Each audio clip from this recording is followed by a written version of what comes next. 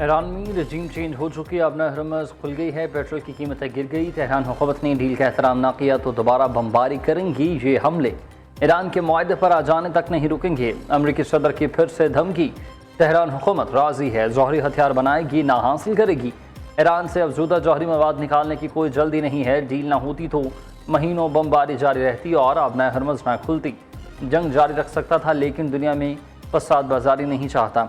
Iran अमरीका मुआहदे पर G7 ममालिक बहुत खुश हैं। डील के बदले ईरान को कोई रकम या फ़ंड फराहम नहीं किएंगे। ईरान को जंग से $2 खरब का नुकसान हुआ। ईरान में अमरीकी सरमाकार नहीं कर रहा है, पड़ोसी ऐसा कर सकते हैं।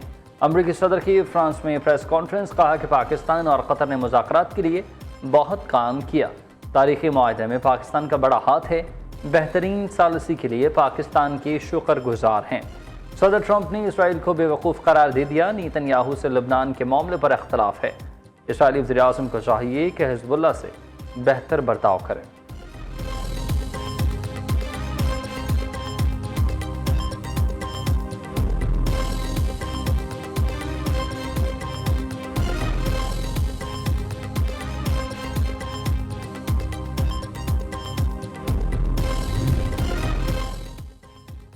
ईरान और अमरीका में 19 जून को मफाहमती याददाश्त पर दस्तखत की तकरीब। वज़ीर आज़म शहबाज शरीफ और फील्ड मार्शल सईद आसिम मुनीर आज जनेवा जाएंगे। नायब वज़ीर आज़म इसहाक डार, वज़ीर इत्तलात अता ताडर और दीगर वज़रा साथी होंगे। सेक्रेटरी ख़ारजा आमना बलोच की क़यादत में पाकिस्तान का सफारती मिशन स्विट्ज़रलैंड पहुँच चुका। दफ्तर ख़ारजा के हुकाम अहम तकरीब के इंतज़ाम करेंगे। कतर, सऊदीया, मिस्र, तुर्किया के नुमाइंदे भी मौजूद होंगे।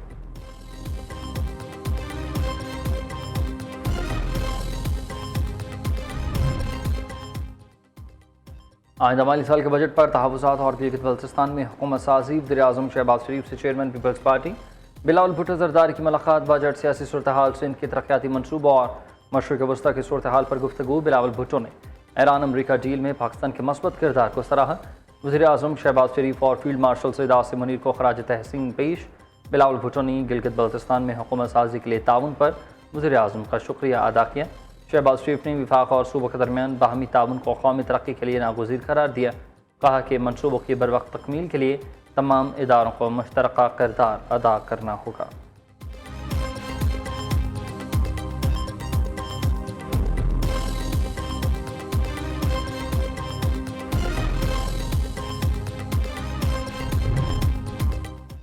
ये मुमकिन नहीं कि अवाम कुर्बानी दे और इशराफिया मराहत हासिल करती रहे। खित्ते में अमन के बाद मस्बत मौशी असरात अवाम तक मुंतकिल किए जाएंगे। वज़ीर आज़म का ऐलान। शहबाज शरीफ से नून लीग की ख़वातीन अरकान असम्बली की मुलाकात हुई। वज़ीर आज़म ने कहा कि हुकूमत ने जिस कदर मुमकिन हो सका बजट में अवाम को रिलीफ देने की कोशिश की है। मुआशी इस्तेहकाम और तरक्की के लिए हुकूमत अपनी कोशिशें जारी रखेंगे।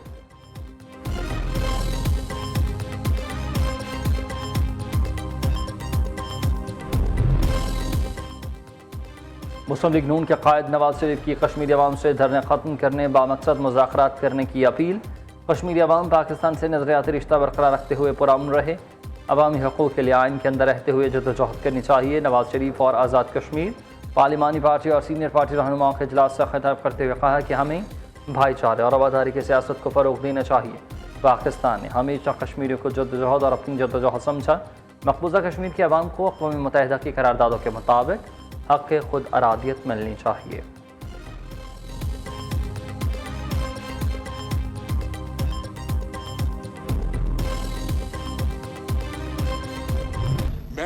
मैं चैलेंज देता रहा हूं कि इमरान खान को खड़ा कर ले मेरे हल्के में। आप भी चैलेंज देता हूं। और चाचा जी मैं कह रहा एवं मैं तेनू भी जानना। मैं जलसा में कहता रहा हूं प्यो होएगा होएगा। मैं कहना चैलेंज कर रहा। मैंने कहा था 18 में कि मेरे हल्के में इलेक्शन लड़े इमरान खान। आप सियासी तकरीर नहीं है, तुम आगे लड़ लो। आतिफ साहब बैठे प्लीज, तशरीफ रखें। तशरीफ रख ना नहीं आतिफ नहीं प्लीज। कौमी असम्बली इजलास में विभाग के वज़ीर राना तनवीर हुसैन और PTI रुकन आतिफ खान आमने सामने दोनों रहनुमाओं के दरमियान तल्ख जुमलों का तबादला हुआ। स्पीकर बीच बचाव कराते रहे। राना तनवीर हुसैन ने बानी PTI को इलेक्शन लड़ने का चैलेंज दे दिया। कहा कि तहरीक इंसाफ के साथ जो कुछ हो रहा है वो मखफ़ाती अमल है। ये लोग जो मर्जी करें, कुछ नहीं होता। PTI रुकन आतिफ खान ने राना तनवीर को अदालत में घसीटने की धमकी दे दी।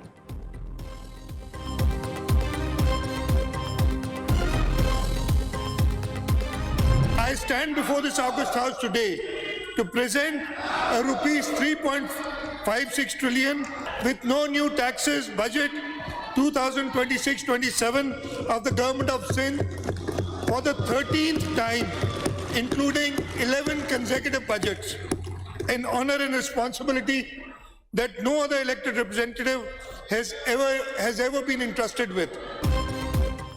सिंध के सरकारी मुलाजमीन की तनख्वाह और पेंशन में 7% इजाफा, कम अज़ कम उजरत 40,000 से बढ़ाकर 43,000 रुपये कर दी। वज़ीर आला मुराद अली शाह ने आइंदा माली साल का 3,562 अरब से ज़ायद का टैक्स फ्री बजट पेश किया। तालीम के लिए 25.9 अरब, सेहत के लिए 17.4 अरब रुपये का तरक्याती बजट, ज़राअत और लाइव स्टॉक के लिए 6.3 अरब रुपये। ज़राई सुपर टैक्स इस्तिस्ना की हद 150 मिलियन से बढ़ाकर 500 मिलियन रुपये कर दी गई। ज़राई सुपर टैक्स 10% से कम करके 8% मुकर्रर। इंश्योरेंस एजेंट्स और ब्रोकर्स पर लागू टैक्सेस में कमी। लोकल गवर्नमेंट और म्यूनसिपल इंफ्रास्ट्रक्चर के लिए 121 अरब 60 करोड़ रुपये मुख्तस। आबपाशी मनसूबों के लिए 30 अरब 90 करोड़ की तजवीज़। ट्रांसपोर्ट और मवासलात के लिए 39.5 अरब रुपये रखे गए। सैलाब मुतासरीन के लिए 1 अरब 675 करोड़ डॉलर के आलमी फंड से मजीद 17 लाख घर बनाए जाएंगे। 18 अरब रुपए की लागत से 2,75,000 मुफ्त सोलर होम सिस्टम्स तकसीम होंगे।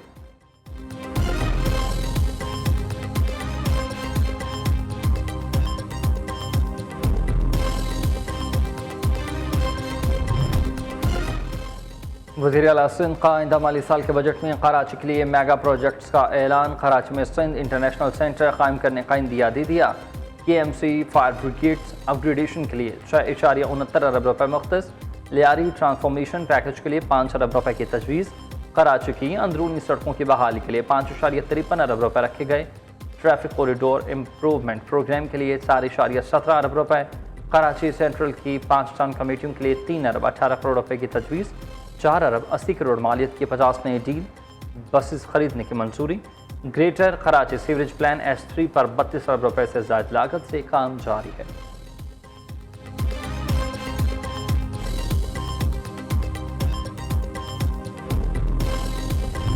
कैसे माने ऐसे बजट को कि जिसमें पूरी शहरी सिंध की जो नुमाइंदगी है उसको ऑनबोर्ड ही नहीं लिया गया है। प्री बजट होती है, दीगर चीजें होती हैं, सब कुछ बाईपास।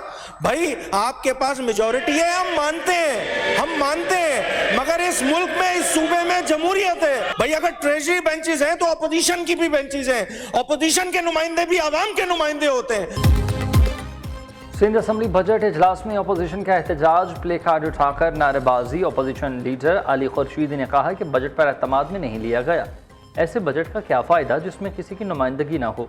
आप जमहूरी डिक्टेटरशिप चलाना चाहते हैं, अगर यही रवैया रखना है तो हुकूमत चलाते रहें। अपोजिशन ने एहतजाजन ऐवान से वॉकआउट किया।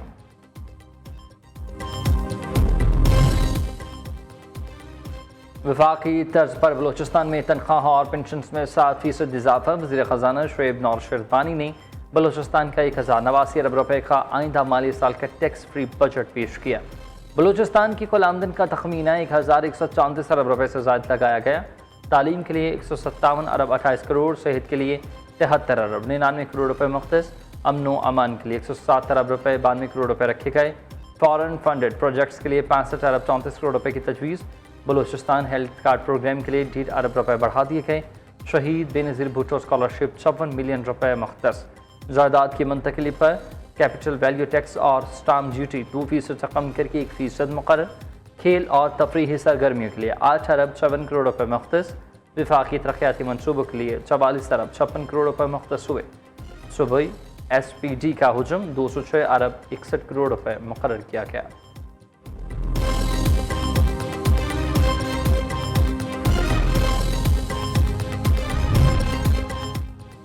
खैबर पख्तूनख्वा का 19 जून को पूरे साल का बजट पेश करने का फैसला। वज़ीर आला सुहेल अफरीदी बानीपीटा से मुलाकात के बाद आइंदा माली साल का बजट पेश करना चाहते थे। 3 माह का बजट पेश करने में कानूनी स्कीम आड़े आ गई। पार्टी ने सूबे के मफाद में वज़ीर आला को पूरे साल का बजट पेश करने की तजवीज़ दी।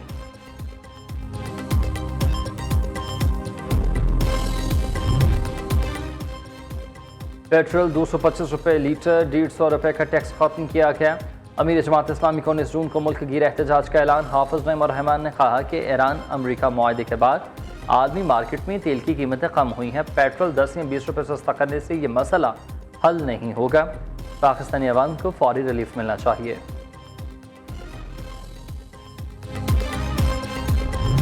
और फुटबॉल का हुक्मरान कौन होगा, सनसनीखेज मुकाबले जारी। रोनाल्डो की टीम पुर्तगाल और कांगो के दरमियान मैच 1-1 गोल से बराबर रहा। 1 घंटे बाद इंग्लैंड का मुकाबला क्रोएशिया से होगा रात 4 बजे। घाना और पनामा सुबह 7 बजे। उज़्बेकिस्तान और कोलंबिया की टीमें मध्य मुकाबिल होंगी।